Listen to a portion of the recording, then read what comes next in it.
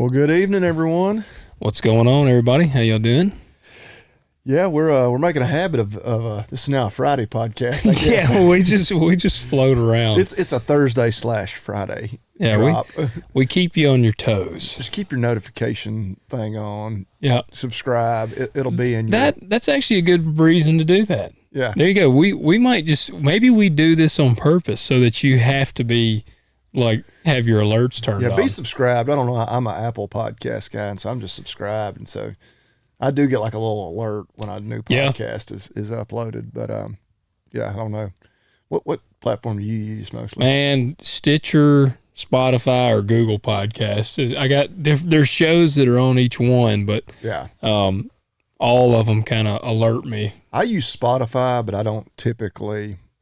I use it just if I'm wanting to listen to music or if the occasional Rogan podcast. 'Cause of course, that's the only place his are now. But Amazon Music is probably my most, actually, I guess, now that I think about it. Mm-hmm.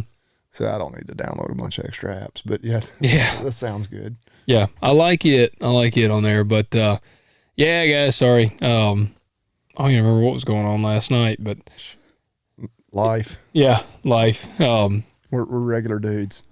This is true. We make zero money doing this. Yeah, unless y'all want to start donating heavily to the podcast, you are at the mercy of our actual lives. Yeah. Yeah, we're sponsored by us. Yeah, that's true. This is true. So. This is true. Which I will say confidently, we could get sponsors, but we're both admittedly pretty bad at this marketing thing. Well, and both of us, this is about the fifth or sixth different thing we have on our plate. Yeah. So heck, I'm bad about even just sharing stuff on Instagram and whatnot about it, just because shoot, I get home from here, pretty much go straight to bed when we're recording at night, get up, and I'm doing good to get it uploaded to YouTube before in between taking care of dogs and kitty cats tomorrow morning. Yeah. Yeah, I'm with you. Well, we got another kind of smorgasbord, but I got to tell you, you got any updates for anybody?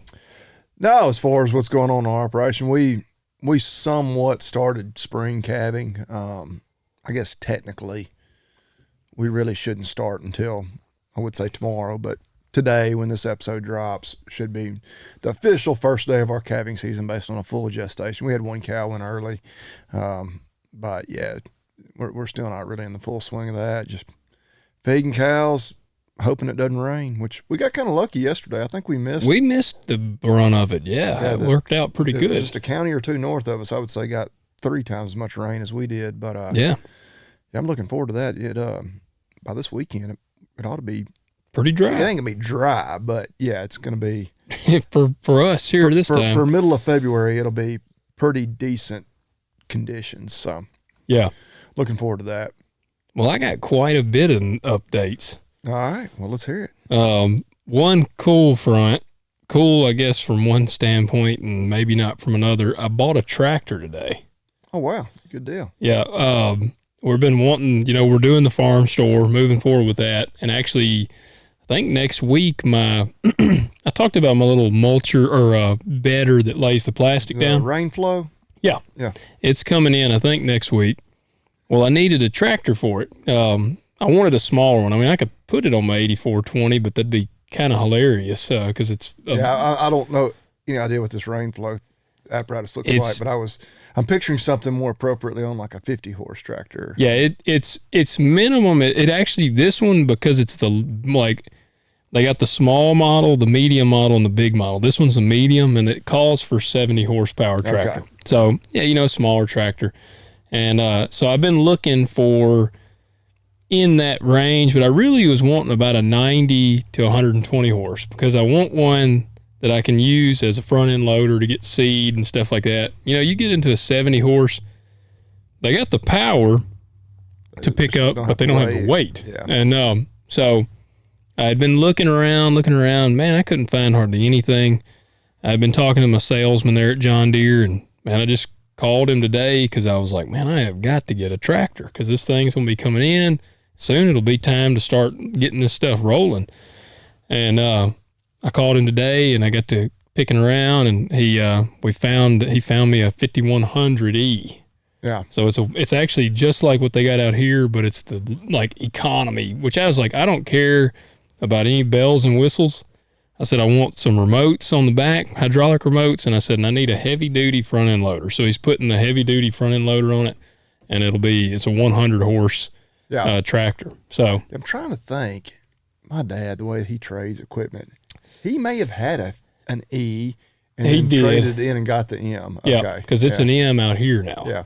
That's a fairly handy tractor. I haven't driven it a whole lot, but because like any of us, I play around, on the Tractor House app, and it's like there's nothing wrong with my tractor. I mean, there's some little things, but mechanically it works fine. But I'm always like, well, should I go ahead and trade it? And before something goes, heck, it's got like 1,800 hours on it. I mean, it's still practically new. But I look at those size, which mine's about 135 horse. I was gonna say yours is bigger, a little bigger, yeah. Which I could do pretty much everything I need to do with 100 horse. I wouldn't want to go any smaller. Yeah, but I'll have to ask you off the air about the hours and what you had to pay for it one day, because that's kind of what I look at. It's got 100 hours on it. Oh wow! So it's that baby's brand new. Yeah, it's actually never left John Deere. Okay, they've used it. Yeah. They've used it at their shows, and I am financing it. Which I tell you, that was what perked my ears, because I called him and I just said, "What do you got?" And he said, I got 0% interest for 60 months. Yeah. And he said, and then I got 0.9% for 72 and 1.9 for 84. And I said, damn, so that's pretty damn good. And he was like, oh yeah, we got some killer interest rates going right now. And I might have to talk to my wife. I know, dude, that's what actually, I should probably talk to him, then talk to her after the fact. Yeah, just ask for forgiveness. Well, it was free money. Yeah. 0%, that's free money. Well, that's what whenever he said 0%, I was like, jeez, that's pretty impressive. And the fact that you can go 84 for 1.9 is pretty damn. I can't even, how many years is 84? 7. Dadgum, yeah. That's 7 years. And I'll tell you, like, he quoted me, he had two 5090s that I was looking at. And one was cabless, one was cabbed. Now the non-cabless or the cabless one was about $12,000 cheaper. And I mean, these are brand new. They were 2023 models or something. And I was like, man, that's pretty good. But I got to thinking, I was like, one, Marcy is going to drive this. Like we've already talked about it. She's going to operate it some for me. So I was like, yeah, she'll like having the air conditioner. And two, I got 2 kids that are going to be on there. And look, me and Bobby Lee both grew up riding on the fender of tractors. But if I can limit the possibility of my child falling off the fender of the tractor. Got a buddy seat? I don't know that it's got a buddy seat. I don't know if it's big enough for quite a buddy seat, but they ride in it. Yeah, it would be. Because they ride in it in this one out here with Dad when he puts hay out. Does it have a buddy seat? No. See, I remember that. When he had the 5100E, it had a buddy seat. And I think that might have been right before, and he didn't like it. And then he ordered that one without a buddy seat right about the time the grandkids were big. I was like, what are you doing? And he was immediately like, yeah, I regret this. Yeah. Oh, I hope it does then. I didn't know. Yeah, maybe it will. But when I traded, or I didn't trade, I sold my brother my old tractor and bought the one I have now. That was one of like my deciding factors, because I had one without a buddy seat for the first several years I was farming and had kids. Yeah. And I was like, and it's okay for a while because they'll kind of ride in my lap, and then they fall asleep, and then they're like laying in your lap to sleep, and it's just like, all right, I got to get a buddy seat. Yeah, I put one in my 8420. It did not have one in there, but there was a kit where I could put one in there. Deere is better about that. I looked high and low for like even an aftermarket. Kubota didn't have any. Not for that model. It was. Well, the 5090s were, the cabless one was 67. And the cab one was like 77 or something. Brand new. That's not, but without a loader, I guess. No, with a loader. With a loader. With a 540 loader. With a loader and front wheel assist. Brand new. 77,000. $77,000. I would have, Yeah, I would have thought more than that. And again, you could stretch that baby out 84 months, 1.9% interest. Which I usually filter mine for the 100 to 150 horse on the 175 or whatever it is on Tractor House. Like some of those deers, which you get up into that 6,000. Well, I was gonna say that's when you cross the threshold. Like those 6130 Rs, they're like 170,000. Yeah, I'm just like, oh my God, like. Yeah, you might as well buy you a row crop tractor at that point. Yeah, and I'm just like, dang, those look really nice. That'd be sweet. Like that'd be all the tractor I would ever need. It would last me forever. But yeah, it costs near as much as my house. Yeah. Oh yeah, because that's what the 5100. See, those aren't as common. He said he don't sell a lot of 5100s. He said it's typically 5090s, and then he goes up to the 120s, which those may get out of the 5 series and may jump into the 6s. And that's what he was like. He found this 5100. It was at the Martin John Deere store, and he was like, because he messaged me later and he said, I found a 5100. He said, it's got 100 hours on it, but he said, I'll honor the deal that we had made on the other one. So this one's 10 more horsepower. It's a heavier tractor, cabbed, and he honored our agreed deal. And it has 100 hours on it, which is nothing. Yeah, it's sweet. So but I did say, I said, well, what about 120 horse? And I said, is that a pretty good bit more? And he said, it's a substantial increase when you go to that. Yeah, because you might have to go to the 6,000 series there. Yeah. And see, and I really don't need, I mean, I could use it. I could use it, but I like that 100 horse size because it's small enough. I can do the small stuff, but it's also got enough weight to it and size to it that I can unload. I can use it as a forklift. I can, use the bucket to fill in ditches and do stuff. So it'll be a pretty versatile tractor. Yeah. That's a good deal. Yeah. And then on the other side of the spectrum, I got absolutely raped by a stribling. So that's the John, are they a dealer, John Deere dealer? Yeah. Yeah. Doing the service on your excavator. Your yeah. And I told y'all what kind of service I got. Did I tell you about that? Oh, you're talking about just for the service call they made. Well, this is the service call and then the starter that I removed myself and took up there and exchanged or bought a new one. Okay. So the service call. When he just came out there and pretty much talked to you. Yeah, he came out there, got in my truck. We rode over to the track hoe. He was there for probably 15 minutes, 20 minutes. He shined a flashlight in the fuel tank. He said, it looks rusty. And then he was like, you're going to have to take off a line and blow through it. And then he was Googling which line it was for like 5 minutes because he wasn't sure because it's a different model. And it's like, hey man, they see a lot of machines. He was a young guy, so I'm sure he's learning. So I'm like, whatever, do what you got to do. Well, I had to set up an account with them in order for them to come out and do this. Well, the first thing I don't like is they automatically charge you. Like I didn't get a bill. They just charged me. Before they'll even come out. No. After he came out, like I was just checking my bank statement one day and there was a sizable amount gone. And I was like, whoa, man. And I looked and it just said stribling equipment. And so I called the guy.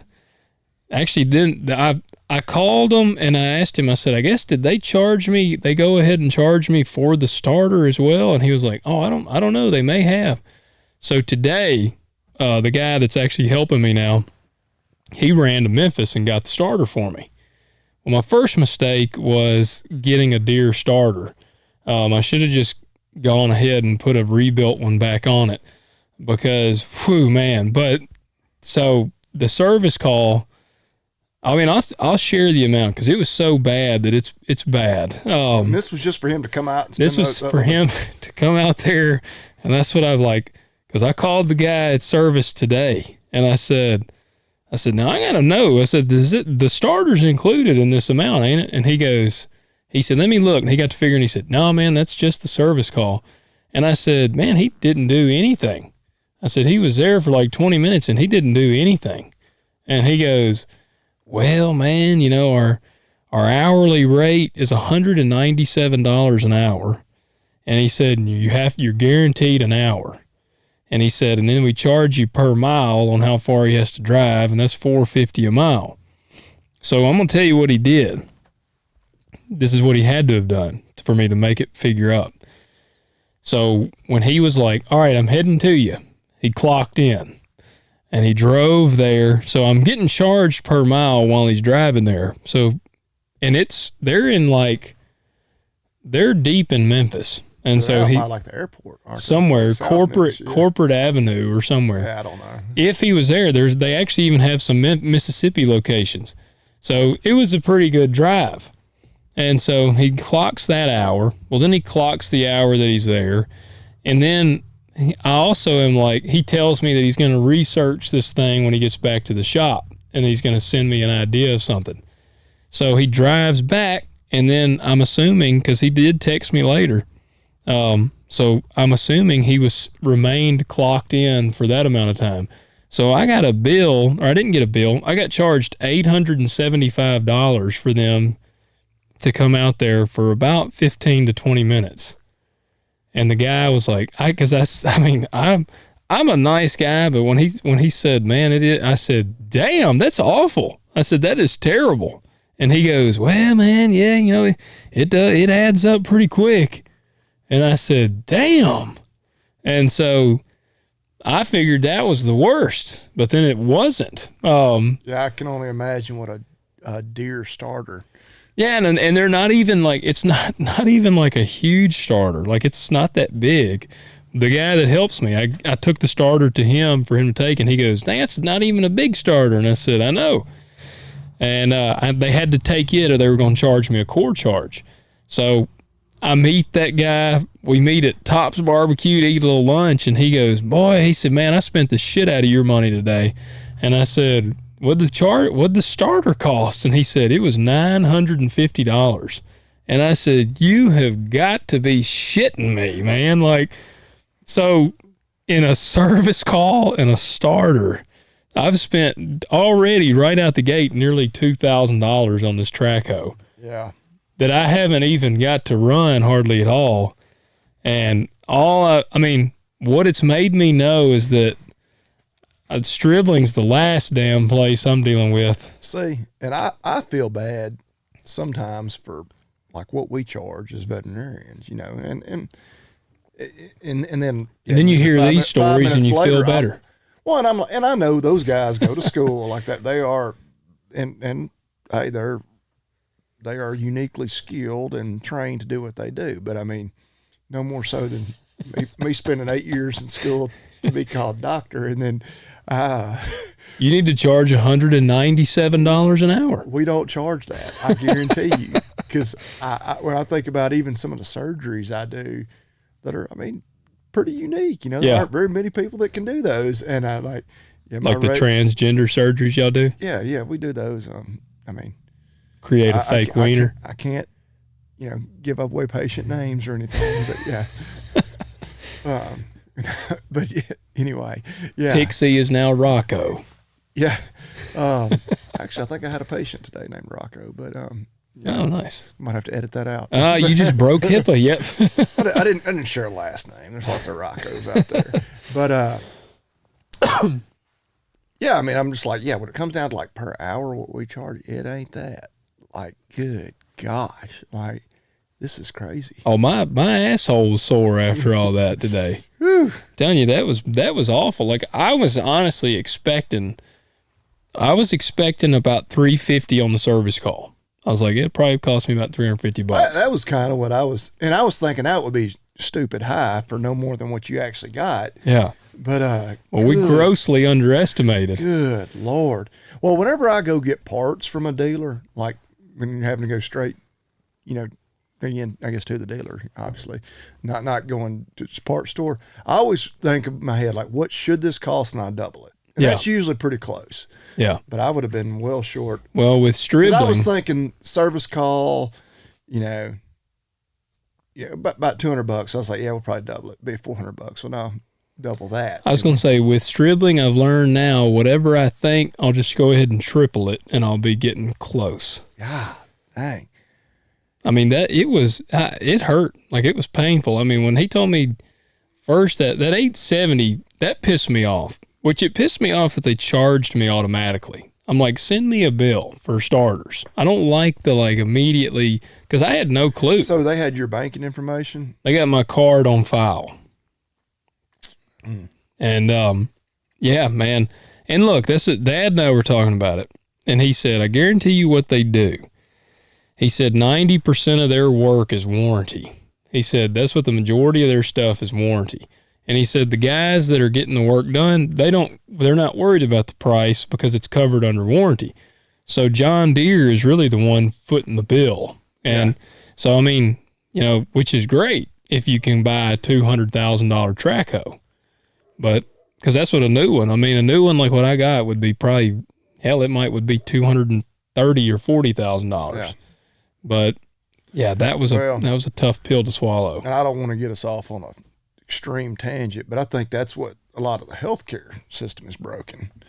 And it's because it's not warranty work, it's insurance work. Like nobody is actually paying for the stuff that gets done. So they just jack the price so to the price, sky. Yeah, and it's just like, it cost you how many thousands of dollars to have a baby delivered? Like, and again, I don't know exactly what all goes on in a hospital, but I can tell you, like, the way it happens, like in our hospital, and yeah, it's different, but like there ain't that much overhead in going into all of that. And again, it's totally different with people than it is with animals, but you're just like, dude, when, you know, Emerson and Levi, you know, they were in the NICU for 10 days and 11 days. And we got the bill. Insurance obviously paid 99% of it or whatever. And I'm pretty sure it was pretty well over $100,000. I was about to say, I would have guessed over 100,000. Yeah. I think it was $100 million. No, but, I think usually a lot of times the insurance companies may even negotiate that down, but it's just insane. Well, but there's kind of a parallel there where, yeah, you know, Deere is paying it. And so, yeah, they just charge the hell jack out the of price them. up. Yeah. Well, I think, didn't I shared the time about when I backed into the woman and I was going to fix it myself versus insurance pay it. Did I talk about that? Yeah. And how, I believe we talked about it here where, yeah, because you were paying for it out of pocket, it was a good bit cheaper. Yeah. And that's what I was that's like. always been that way with insurance, you know, with body shops and whatnot. Cause yeah, if you go in there and you're just going to pay them cash or pay it out of pocket, oh yeah, it's a whole different price than if they're charging insurance. Yeah. And that's when they told me that, I was like, oh, that's why insurance costs so much. Yeah. And again, same way with health insurance. And again, that's my perspective on that. Yeah. Well, I'm with you. I'm with you on it. There was one other thing. Shoo. Yeah, that's it's an expensive day. Yeah, today was expensive. The last week, I guess, has been an expensive week for me. But I told somebody, well, I'll tell you, this is a conversation that I had with our buddy Lee. And we were talking about farming. This was yesterday. He called me. And we were talking about we got on the tangent of the future of farming. And I was like, man, I said, I don't know how we can keep going like we're going. Meaning, you know, the price of everything is getting so much higher. Like when 10 years ago, you know, you could buy a brand new combine for, you know, $200,000. And now a brand new combine is knocking on the door of $500,000. And, you know, the X9 is actually $1 million. It cost $1 million. The cotton pickers are 1.2 million, maybe 1.5 million now. And me and Lee were talking about like how it's just going to keep getting worse and worse. Cause I was talking about how these guys paying this crazy rent. And he said, well, I'm going to tell you what's going to be the downfall even more so than that. He said, it's equipment cost. He said, it's getting to the point where you're going to have to work, you know, 5,000 acres just to justify your equipment notes. Unless you buy, like you're going to either have to buy stuff that is just wore out or you're going to have to work a boatload of acres. And he said that he thinks that it's going to go corporate, meaning like eventually a lot of these family farms and operations, they're going to be gone. Because they just ain't going to be able to stay in the game. Yeah, right. And I don't know, you know, I obviously you want the equipment to become bigger and better, but you also, I don't know. you almost need them to have an economy line, like the E-tractor. Yeah. Because it's fine. Like, there's nothing wrong with having an X9 combine for these, custom harvest crews that, harvest tens of thousands of acres, Yeah. And travel and everything. Like, yeah, it probably makes sense for them. But yeah, for the guy that wants to work, heck, even 1,500 acres, much less the 500-acre guy, what's he going to buy? A 30-year-old combine? Yeah, he better be a dang good mechanic. Yeah.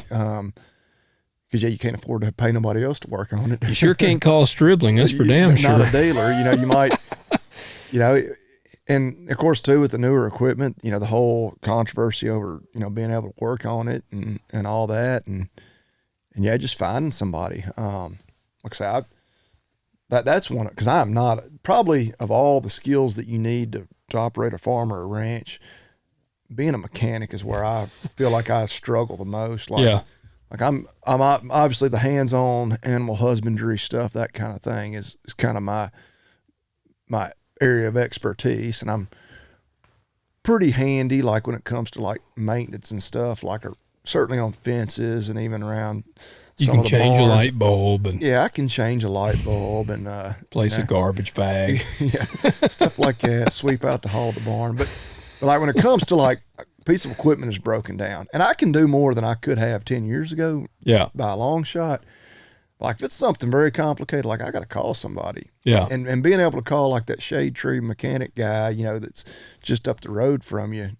Those are becoming harder to find. Yeah, they are. A lot of that generation, folks that did that kind of thing are either retired or dying off, and it presents an opportunity for somebody that enjoys that kind of thing. If you enjoy mechanicking, you can make a shitload of money, because like you think about, all right, especially if you could do it, which having your own shop, obviously there's advantages to that, but you got a lot of overhead. But if you got a mobile unit where you can go around, weld, repair, work on stuff like that, man, I'm telling you could make a lot of money. Like you take like a Stribling or somebody charging $197 an hour, man, you could knock that down. I mean, you're going to make money, but like you could charge $100 an hour and go around and do that. I guarantee you would get work as long as you know what you're doing, figure out what you're doing. And honestly, a lot of the breakdowns on the equipment is not that, well, on some equipment. I was going to say, one of the problems is now getting into that is the electronic stuff you would have to deal with.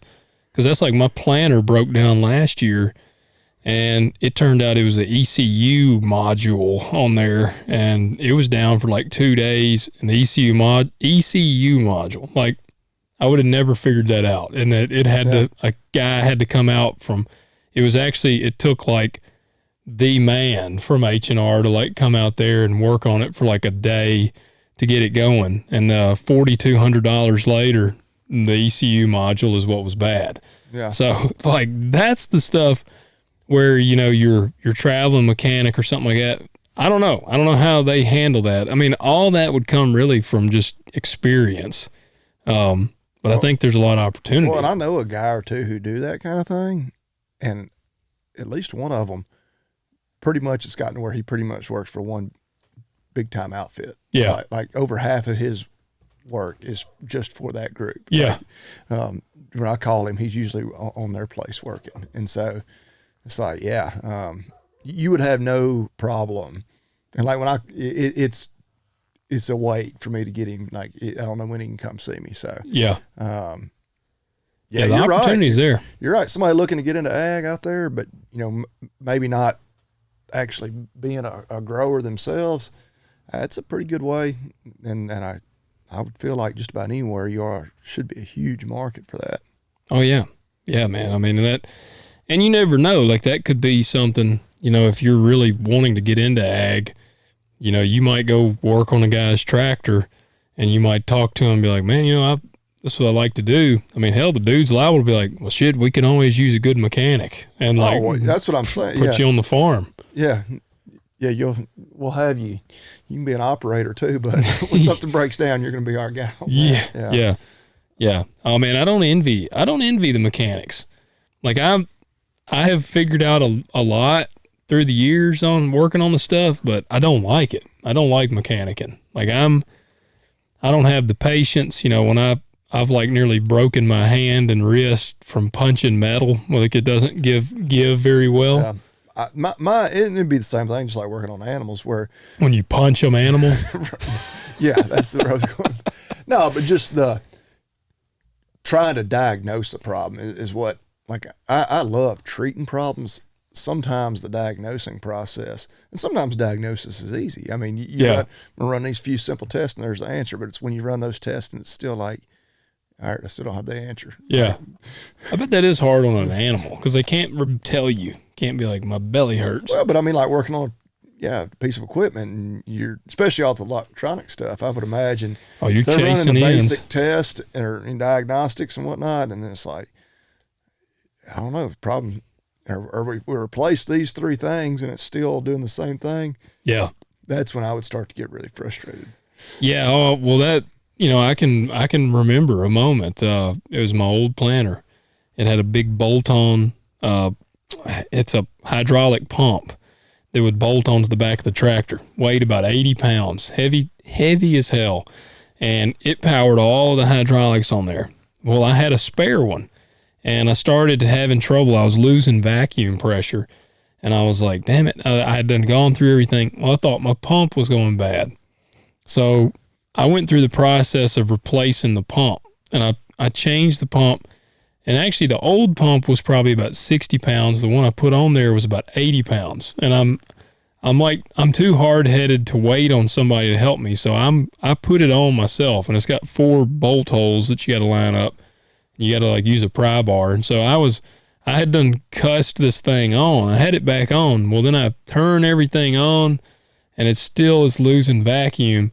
And I mean, I can remember it so well. I was out on my farm off Drummond's Road. Cars are driving by and I was like out there messing with it and I couldn't get it to prime up. And I was like, you mother, like, man, I like just had an absolute meltdown of like epic proportions. Like I launched my ratchet and like the socket flew off. So then I had to find all that stuff, but I threw shit, punched stuff. I had a straight up temper tantrum meltdown out there. And I was just thinking, I'm like, boy, some people driving by had to be like, damn, look at that guy. He's madder than shit. So that is the trouble, is diagnosing it. Yeah, like at least when you know the problem, you can focus on the problem. Yeah. But yeah, man, I've had those days. Shit, I think I did like punch something, hurt my hand, and so then I'm mad because I'm like injured. Yeah. Then I had to go walk around and find the ratchet, and then look around and find the socket. Yeah. Yeah. Those, it can be frustrating. So I can feel those guys' pain, in a lot of ways. So, but yeah, somebody who's good at that, there's definitely definitely a market for it. Yeah. And I mean, I would say it's probably only going to continue to increase. Well, because you think, there may be more guys having to go back to running older equipment, that or be forced out because, right. Yeah. One thing's for sure. I say for sure, you're not going to see equipment prices get cheaper. I don't know that maybe there's a place in the market there for a more economy company to come along, manufacturer. I've thought about that. Yeah. And I don't know what's a good example, but yeah, somebody's like, look, this doesn't have all the bells and whistles and high point pistols. Yeah. The Yeet cannon is coming back. Yes. Something, but yeah, just a tractor. Yeah. It's got a cab, air conditioner, but it doesn't have a massaging leather chair in it. Yeah. And a combine, that, I don't even know what all features combines have, but it gets crop out. Yeah. If something breaks down, it's easier to work on, that sort of thing. And maybe that company is out there. I don't know. Everybody around here, we don't have much equipment. It's either red or green, when it comes to big ag. But obviously there are other manufacturers out there. I've thought about that. It would be if you could start up a company where you could put out a good, a good functioning combine or something for like where you could buy a brand new combine for $100,000. And I don't know if that's even feasible of any size because, and obviously again pickups and all, they've got all the bells and whistles that you don't really have to have. But Yeah. yeah, a loaded F-250 pickup costs you nearly that these days. Yeah. You get, Which I've been saying people just need to quit buying them. right. Well, and I guess the thing with the pickup, you can also buy, if we're talking about the F-250, you can buy the XL package. You know, But what does it even cost now? I bet it's done got pretty dang bad. oh yeah, they're still gonna be high, but like, yeah, if you could get a combine, like, okay, this one's, it cranks when you turn the key, it operates, Yeah. you know, but it doesn't have maybe not all the fancy monitoring equipment, which you could probably make an argument that part of it you would still want because, you know, with the precision ag side of things, but yeah, cut out the fluff that you don't really need. Yeah. I don't know. That's interesting. It just, there's so much cost in like getting started up, I would imagine. And you know, just getting the design and all that. Cause yeah, I don't know. Do you know some guys order their combine in a box and put it together? Really? Yeah. Yeah. It's like supposed to save you.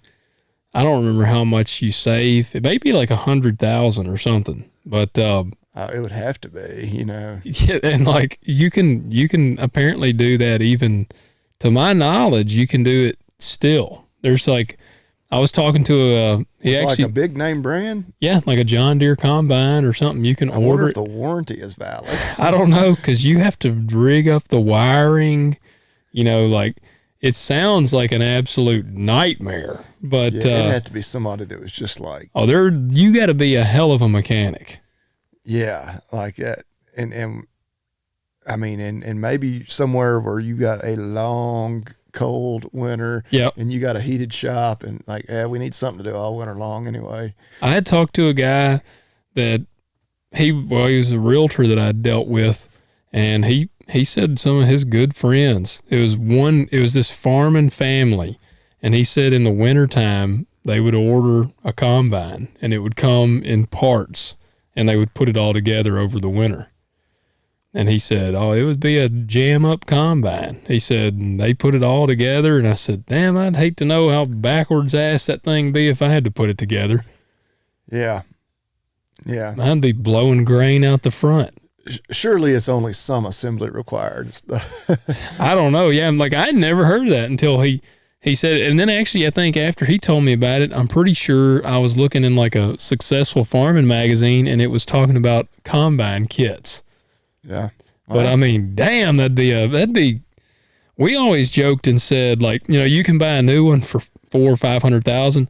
Dad and I have always said if you had to buy every part individually to build one, it'd cost you $1 million. Oh God, it'd be more than that. Yeah. It'd be 4 or 5 times. Yeah. If you bought it part by part. Yeah. For what Deere car, that's what always in Kubota it didn't any better whenever I've gone and had to buy parts directly from the dealer. It's like, what? And yeah, in any time, if you can cross-reference a number and find a aftermarket, like on eBay or something, Yeah. a third of the cost. Do you ever use Shoop? They have a lot of Kubota. I check them. I don't know that I've ever actually ordered anything from them, but yeah. I've used them a lot. Yeah. Yeah, we use them a lot, especially on planter parts, like closing discs and gauge wheels and all that stuff. We get a lot of that on there. I mean, it's pretty wild, some of the stuff they got. A lot of header parts, but it'll always be like half the cost. Yeah. Well, I'm trying to think if there was anything else on that note. Yeah, painful week for you. Painful week, but when some pretty shiny green paint shows up, I'll feel a little better. Yeah. That'll make my spirits a little happier, even though it is costing me more money, but that'll make me happy. So I had a buddy today that told me, he said, man, y'all have got to revisit this egg conspiracy. Because he said, it is legit, man. He said, it's true. It's straight up true. And What's true that they're poisoning the chicken feed to make all the chickens quit laying? Essentially, because he got to talking. Well, and I told you about. I buy commercial chicken feed and mine are laying. Is it Purina? No, you go to Stockdale's. Yeah, I buy the co-op feed. See, that's Pro-trition. That's what mine is. See, mine are laying. They are laying. But, I told you about Brock, didn't I? No. See, me and you had talked about it. I didn't think a lot about it. And Brock ain't the one that told me to bring it back up. But he actually told me we were riding. I carried my bull to the processor 2 days ago. I got his hide, actually. I'm going to try to tan it. There you go. I'm going to experiment. But me and Brock were talking, and Brock said, man, have you seen this stuff about the eggs? And I said, yeah, I have a little bit. And he said, what do you think on it? And I said, I don't know. I said, I don't know. I can't make up my mind. He said, well, I can tell you. He said, it's true. And I said, really? And he goes, yeah, because my chickens didn't lay for 6 or 7 months. And I said, really? He said, yeah, they didn't lay, and I was feeding them Purina. And he said, I changed to a local feed, and they were laying within 24 hours. And he said, that's the only thing that I changed. And he said, and then I got to talking. He said, I talked to 1 or 2 more people that all said the same thing. And so then today, again, this wasn't Brock today. This was a different guy, actually, my marketer. He called me and we were talking, and he said, man, you and Bobby Lee got to revisit this thing. He said, man, I'm telling you, it's true. And I said, what are your thoughts on it? I'll need to research it a little, and we may have to hit on it again next week, because that, especially with a number of people just have backyard chickens, which is pretty much all I'm not raising eggs to sell or anything. I give a few away, but man, that would be, because that would be a bigger story than even if it was affecting other segments of livestock. Because chickens, nowadays, like, people in the middle of town have chickens. Like, so many people have chickens. Like, that story would resonate with a large segment of the population. You know who owns Purina, don't you? See, this is where he took it down another level for me. Is it Mars? It's Land O'Lakes. Land O'Lakes, okay, yeah. And that's what he got, because he was like, man, he said, I've gone down this rabbit hole, and he said it makes sense. He said, because Land O'Lakes owns a lot of these facilities that have been burning up. And he said, and if you notice, he said, it's always big facilities that burn. And he said, those are the ones you hear about, too. Well, that's what he said, they're burning up. And he goes, and I guarantee you what's happening. He said, they burn up, they're getting insurance. He said, so then they can turn around and rebuild the facilities. They can build a nice new facility. He said, they get insurance money, insurance for the building, insurance for the chickens. He said, and then they cut the supply of eggs. And he goes, well, then who also owns Purina? And he said, Land O'Lakes. And he said, so if their egg supply is low, and they're trying to drive up the price of eggs, then they got to stop all these people from growing their own eggs. But here's the thing. Like, so say they were tainting the feed in some way, you could probably, if you could figure out what it was and analyze it, you could prove it. That feed is out there. He said there is substantial increase in, he said glyphosate in the feed. That should, somebody with a lab, that knew what they were doing should be able to prove that. And then if that was proven, like, that would, at least as far as their feed business, like, they would be it should done. Put them out. They would be done. Like, I don't know that it would, and they're already making money hand over fist. Like, I don't,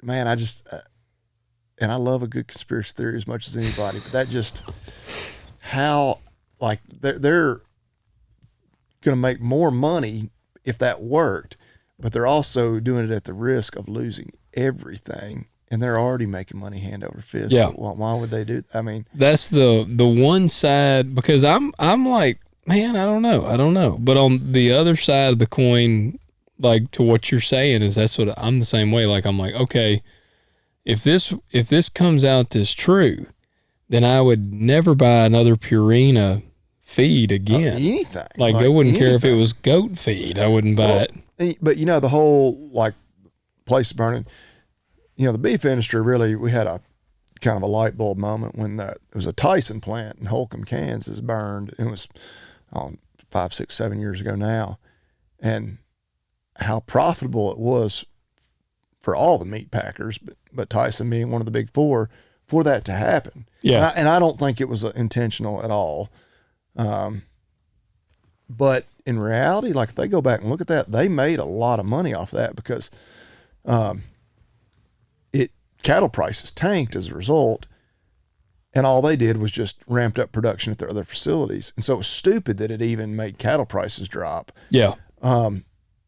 But yeah, the margins they were making per head, because all of a sudden they were buying cattle a whole lot cheaper, or still selling beef just as high. It was ridiculous. And that was kind of one of the moments when we realized that the cattle markets were broken, the way that could be. Something like that. Like the cattle slaughter numbers went down for like a couple of days, and within that amount of time they were able to ramp up production to other plants, and it was just but yeah, how that them having what you would think would be a catastrophe is actually financially beneficial to them. And not even taking into account the insurance, even if it cost them hundreds of thousands of dollars to repair that plant, they were making that up in added margin at all their other plants where they were still killing. I was texting my wife.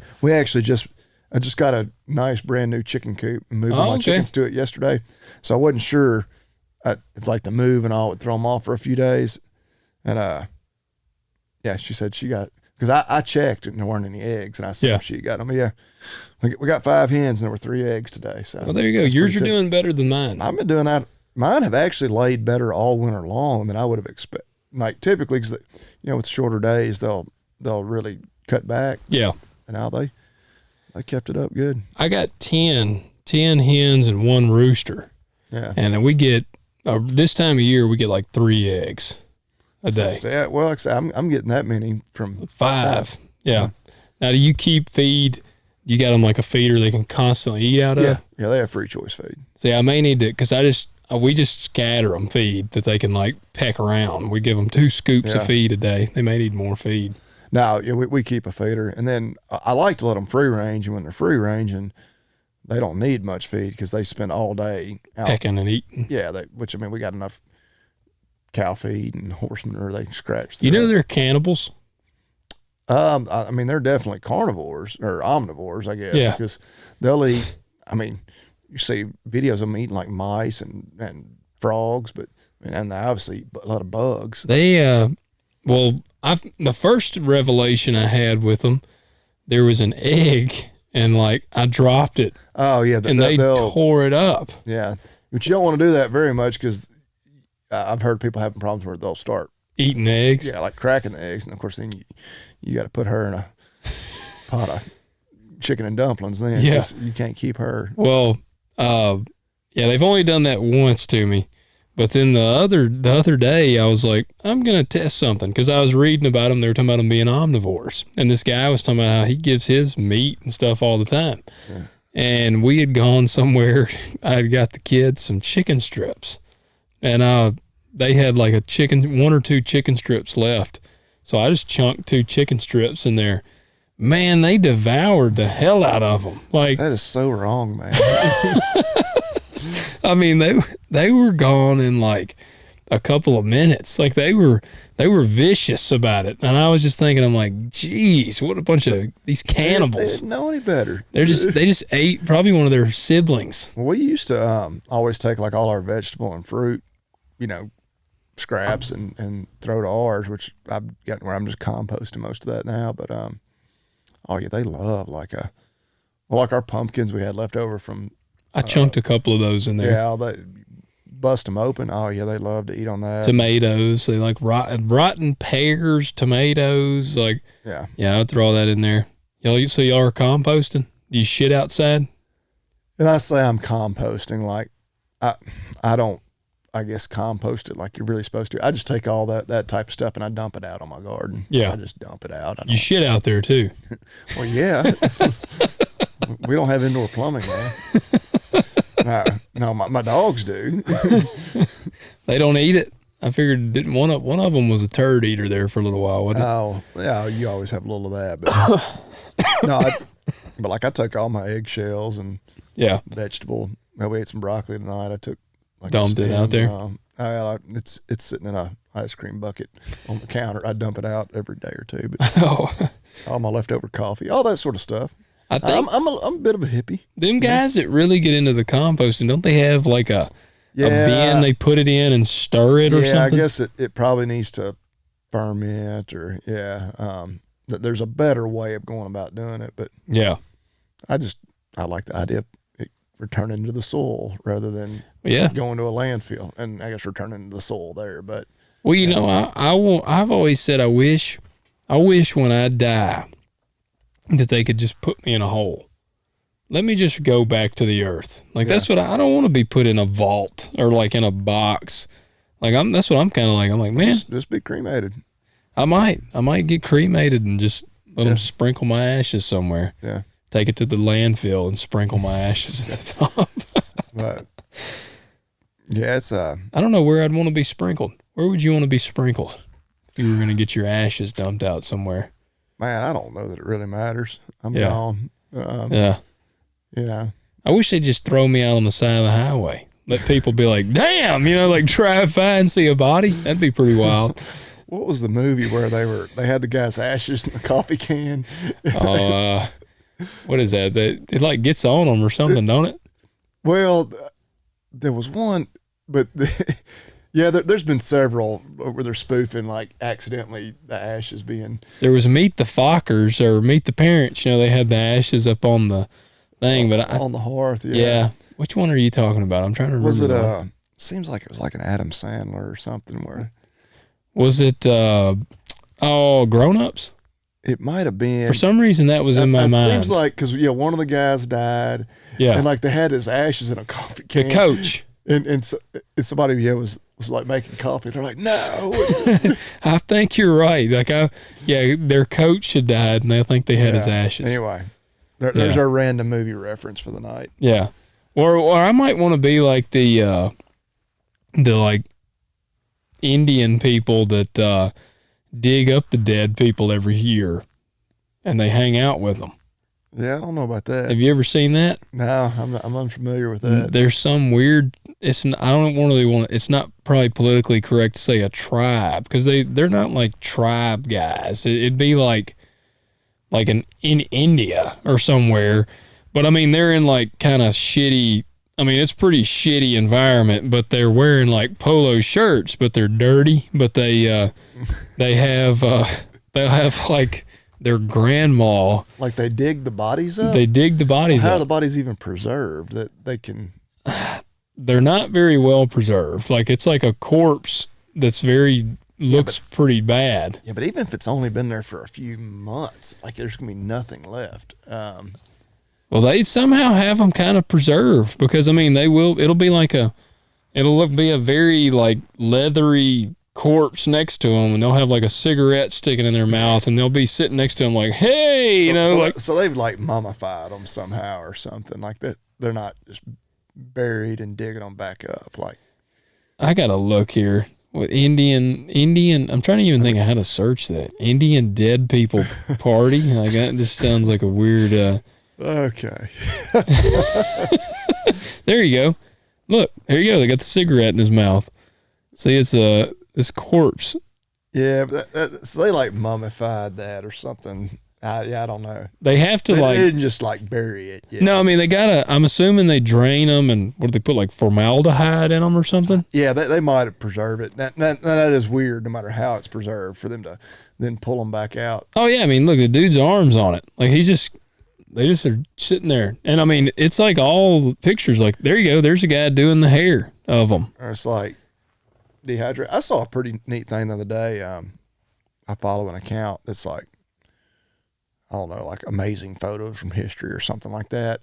And it was, they were Incan Indians. I don't know, somewhere in South America where they used to do like human sacrifice, and these were kids that they had sacrificed. Dang. But the way that they were up in the Andes Mountains or whatever, the way it had like frozen like perfectly, but like the bodies had dried out. So it was just, everything happened just right. Yeah. Where they were like perfectly preserved. And like it showed the pictures of them. I mean, of course it was kind of creepy, but they were from like the year like 1500, like, like but hundreds you could of see years it old. very like, well. I mean, like, yeah, I mean that, Wow. I mean, obviously they've been dead a long time, but yeah, it was remarkable how well they were preserved. Did you see the dinosaur they found preserved? Mm-mm. It was, I don't remember if it was in an egg or what, but it was a similar thing. It was frozen, and it was like everything perfect, happened just perfect. Yeah. Like, and this, for anyone wondering, it's in Indonesia. I was close. Indonesia. Yeah. Indonesian tribe removes dead from their coffins. They do a thing like Day of the Dead. Day of the Dead. There you go. Look at that, man. Well, they do like in like Hispanic, like in Mexico, the Day of the Dead is a big holiday. But they don't dig up the bodies, and yeah, that's getting pretty extreme. Yeah, they have just this kind of a celebration where they're. I mean, I'm not an expert on it by any means, but I think it's just kind of a remembrance day for those that have passed. If one of us kicks the bucket when we're doing Talk Dirt to Me, we'll do a year after anniversary where we'll put the other's corpse up here and we'll do an episode. In the seat. And, yeah. You'll have a cigarette enough, like, or I'll have saved audio. We could like splice in some words. Have a conversation going. Yes. I like it. Wow. We'll name it Day of the Dead. Yeah. Talk Dirt to Me, Day of the Dead. So yeah. Yeah. Well, I hope if we do that, it's many, many years from now. Hope we got a lot of years left under our belts. Yeah. Yeah. I hope podcasts are long since been replaced by something else. By the time. Flying cars. Yes. I hope we've got that long, but. Let me start off with 2 words. Made in America. Made in America, man. Right. So this one's pretty cool. And I've used this one for a long time. I actually have too. And I almost wore it for this episode because I did a podcast this afternoon with the guys, and I wore my shoulder holster. Felt like Miami Vice. But you have your suit on with it. I wanted to. All right, that was my initial reason for buying these. I was like, I want something that I can wear like a sport coat with and conceal it. So I bought it's Alien Gear holsters, for anybody wondering. They are all made in America. I mean, every bit. It's pretty awesome. Like after talking to them today, they're like, they do like everything in house. Yeah. The stitching, leather, and all that. And Alien Gear holsters. I've got the Shape Shift, and then the shoulder holster is the one. I don't remember what it's called, but yeah, I told them, I was like, man, I just feel like I'm in Miami Vice when I wear this thing, but I never get to wear it anywhere. Like I put it on, I got a Glock 19 over here, and I was going to try to wear it I don't remember where. I might have been going to a funeral, and I was like, I'm going to try to wear this. And so I put it on, and then I put my sport coat or suit coat on, and my suit coats, I went and had them tailored to me. And Marcy was like, yeah, you cannot wear that. And I was like, what? Because it was like, it slim fit around my sides here. And so it was like bowed out. Like it was like obvious. Yeah, either I had a gun or a bomb strapped to me. Yeah, you need a real ill-fitting sports coat to make that work. Yes, you got to have the boxy suit. You need to go to Walmart and just buy one off the rack for $40. Yeah, but you said you've got some Alien Gear holsters. Yeah, I believe I have one for my 1911. I'm almost certain that's what, because I've tried out several different types of holsters. Yeah, I do. It's inside the waistband for my 1911. Dang, you got it inside the waistband for 1911? I don't, and that's a Alien Gear they make, and I think that's kind of one of their things. It's very comfortable. Yeah. And it is, but yeah, that is a large, full-size 1911? Yeah. Wow. It's but my problem too here lately, I've gained about 10 pounds, and I'm still wearing the same size pants I always have. So you ain't got as much room for a holster in there. Like I've noticed here lately, I was like, man, it's a lot less comfortable to wear a gun these days. Yeah. Like, yeah. Do you carry appendix? I'm not even going to say if I carry all the time, but if I were to carry, being a little heavier and not buying, upgrading my wardrobe for my expanding waist would make it a little less comfortable to carry inside the waistband. Well, I gave them a product inspiration today, or I gave them an idea, because we were talking about, Bill. So I had back in the day, well, not back in the day, but about a year ago, I had Bill Rapier on the podcast, and he carries at 3 o'clock because, to put it simply, he said he don't like his pistol pointed at his dick. And Bill is like, he's a bad dude. That's a hard place to carry inside the waistband. It is, and that's at 3 o'clock. Yeah. And I've not yet been able to figure it out, but I like appendix, aside from the fact that my gun is pointed straight at my wiener. And appendix, or what do they call it when you're carrying a small of your back? I don't know. Or like right over like your back pocket. Yeah. One of those two places is my preferred. Yeah. And neither one is great comfort, but you get used to it pretty quick. Like normally, it's like having on a watch. Like it's just there. You don't even notice it. Yeah. Well, that's how I get with appendix. Yeah. But well, that was till I gained some weight. Well, I told him, because I asked him about it. I said, carry at 3 o'clock or carry at appendix. I said, because I don't like my pistol pointed at my penis. I said, I don't like that. And they were laughing. And the other guy, he actually was former. Well, I don't want to accidental fire no matter where it's pointed. Well, yeah, I don't either. But if I had to pick, shoot part of my thigh off or shoot the tip of my dick off, I'd rather it shoot my thigh. And so, fair. I asked the guy, I was asking him about it, and one of them was former law enforcement, and he was like, man, I'm still kind of getting used to appendix. And the other guy was like, I carry appendix all the time. And I said, well, I got an idea for a product. And they were like, what's that? And I said, you need to make a holster or an attachment that you can put on a holster that's a piece of metal that goes over the end of the gun, like over there, so that if it were to shoot, it won't blow your dick off. And they were like, man, he was like, we get a lot of ideas. He said, that might be the first one of that. He said, we could call it what do you call it? The Jimmy helmet or something like it. Yeah. Jimmy hat. Yeah, Jimmy hat. I said, there you go, man. If I'm confident I'm not going to blow the tip of my wiener off. But I'm just thinking, so that's like a barrel obstruction. So then you're just going to have an explosion down there. Yeah. Yeah. Then instead of shooting the tip off, you might blow your whole balls off. Yeah. Your femoral artery is going to that's lacerated in the explosion. Yeah. That's what I told him. I said, either one of those, because one of the guys was like, well, I kind of slide mine slightly over. And I said, but then it's pointed straight at your femoral artery. And he was like, yeah. And I said, I don't know. I said, neither one of those is a very good option for me. And he said, well, if you shoot the tip off, you're still alive. And I said, I don't know if I'd want to be. Well, fair as well. So that's a long way of saying Alien Gear holsters. You need to check them out. They've got some really awesome stuff dropping. They got the Photon, I think is what they called it. And it's supposed to be adaptable to a bunch of different setups so that you're not having to buy 10 different holsters. You can change it around a bunch of different places. I did ask them about a holster for the Prodigy, and they said that they're working on one. So I'll be getting one for that gun. But no, aliengearholsters.com. They are heavily shadow banned on Instagram, but they make great American-made products, and they're right in line with what we stand for. Yeah, good company. Yeah. Yeah. They in Utah? I think Idaho. Yeah. They're all the same. They are. Those two are pretty much the same to me. I don't know the difference. Yeah. Potatoes, mountains, whatever. It's the same. Yeah.